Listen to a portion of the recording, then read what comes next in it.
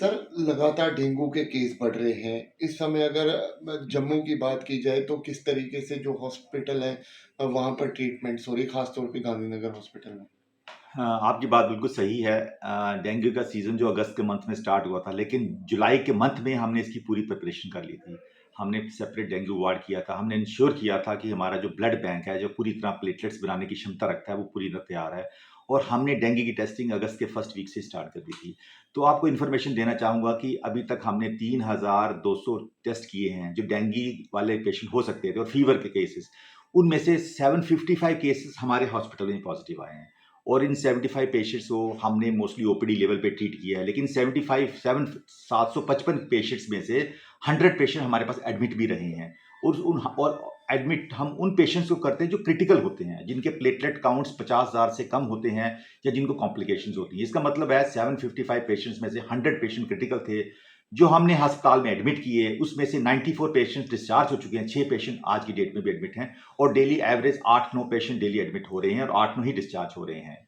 तो इसके अलावा हम लोगों ने अभी तक प्लेटलेट्स की ज़रूरत थी, इस हॉस्पिटल में 408 यूनिट्स प्लेटलेट्स ट्रांसफ्यूज़ हुए हैं और इस हॉस्पिटल से ही है और कहीं भी प्लेटलेट्स बाहर से लाने की ज़रूरत नहीं पड़ी है। और कुछ पेशेंट्स में ये 408 वो यूनिट थे जो हमारे हॉस्पिटल में तैयार किए गए प्लेटलेट से, हमारे ब्लड कंपोनेंट सेपरेशन यूनिट जो ब्लड बैंक में है।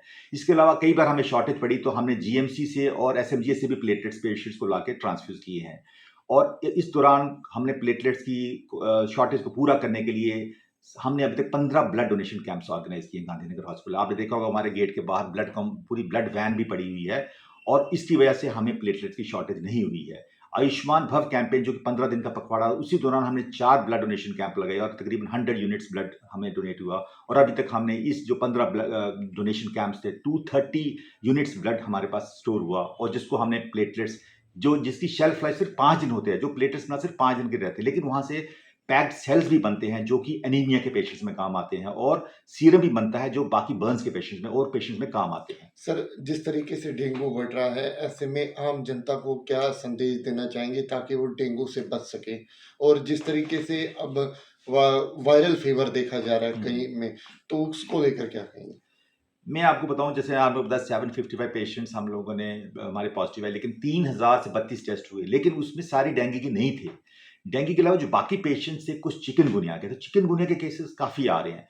अब क्योंकि चिकनगुनिया का हम टेस्ट इसलिए कर रहे हैं क्योंकि चिकनगुनिया जानलेवा बीमारी नहीं है, लेकिन कष्ट बहुत होता है शरीर को, पेशेंट के जॉइंट सूज जाते हैं और चिकनगुनिया और डेंगू दोनों मच्छर के फैलने से होते हैं। इसके अलावा मौसम बदल रहा है, अब अपर रेस्पिरेटरी इन्फेक्शन के वायरल फीवर के केसेस वो भी आना शुरू हो गए हैं। तो ये मिक्स्ड टाइप की पिक्चर है और हम जब टेस्ट करें उसके बाद हम लोग पता लगा सकते हैं, लेकिन हम पूरी तरह सक्षम है। लेकिन आपके माध्यम से मेरे लोगों से यही गुजारिश है कि कृपया डेंगू का सीजन जो स्टार्ट हुआ था अगस्त के मंथ में और पीक अब सितंबर अक्टूबर में चल रही है, ये पीक नवंबर में भी रहने वाली है और दिसंबर 15 तक इसका जो कहर वो खत्म होने पर आएगा। क्योंकि आपने देखो कल भी बारिश हुई।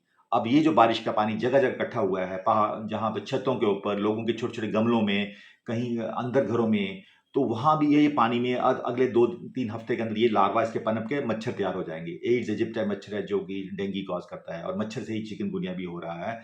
तो लोगों से यही निवेदन है कि कृपया फुल स्लीव्स के कपड़े पहने, घर में जो गमले रखे हैं उनके नीचे पानी डेली चेंज करते हैं, छत के ऊपर छोटे छोटे जो बर्तन रखे हैं या टेरेस गार्डनिंग की है उसको साफ रखें, पानी जमा ना होने दें। और इस बार एक नई आपको चीज बताऊंगा कि रेफ्रिजरेटर का जो पानी, पुराने रेफ्रिजरेटर में अभी भी पानी इकट्ठा होता है पीछे, उसमें भी डेंगू के लार्वा पाए गए हैं। हमारी जो सर्वेलेंस टीम है वहां से डेंगू के लार्वा पाए गए हैं।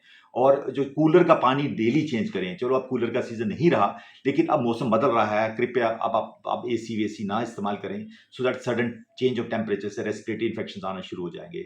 लेकिन बताऊंगा कि हमारा गांधीनगर इस साल बेहतर तैयार था और यहाँ से बड़े कम पेशेंट्स हमने कहीं बाहर रेफर हुए हैं। डीएमसी तो कोई पेशेंट गया नहीं हमारे हॉस्पिटल से, कुछ पेशेंट्स हमने रेफर हुए जीएमसी में। मैं आपके माध्यम से तारीफ भी करना चाहूंगा जीएमसी प्रशासन से, पर्टिकुलरली वहाँ के deputy medical student doctor Bharat Bhushan ji से। जैसे कोई पेशेंट हम जो क्रिटिकल है, जिसको आईसीयू केयर की जरूरत होती है, हम यहाँ से रेफर करते हैं, उनको हम पहले ही फोन करते हैं, वो वहीं पर तत्पर रहते हैं पेशेंट को रिसीव करने के लिए। इसी तरह ये लेजन से पेशेंट अभी तक इस साल का हमारी परफॉर्मेंस ठीक रही है और वो लोगों से गुजारिश कृपया हमें योगदान दें और देसी टोटके ना अपनाएं। देसी टोटके अपनाने पेशेंट वही कॉम्प्लिकेट होता है जो घर में ही ट्रीटमेंट लेता रहता है, केमिस्ट से पैरास्टामोल खा ली और जब वो गंभीर हालत में आता है अस्पताल चले जाता है। कृपया पहले दिन बुखार चढ़ता है इमीडिएटली हमारे स्वास्थ्य केंद्र में जाएं, गांधीनगर आएं, सरवाल अस्पताल जाएं।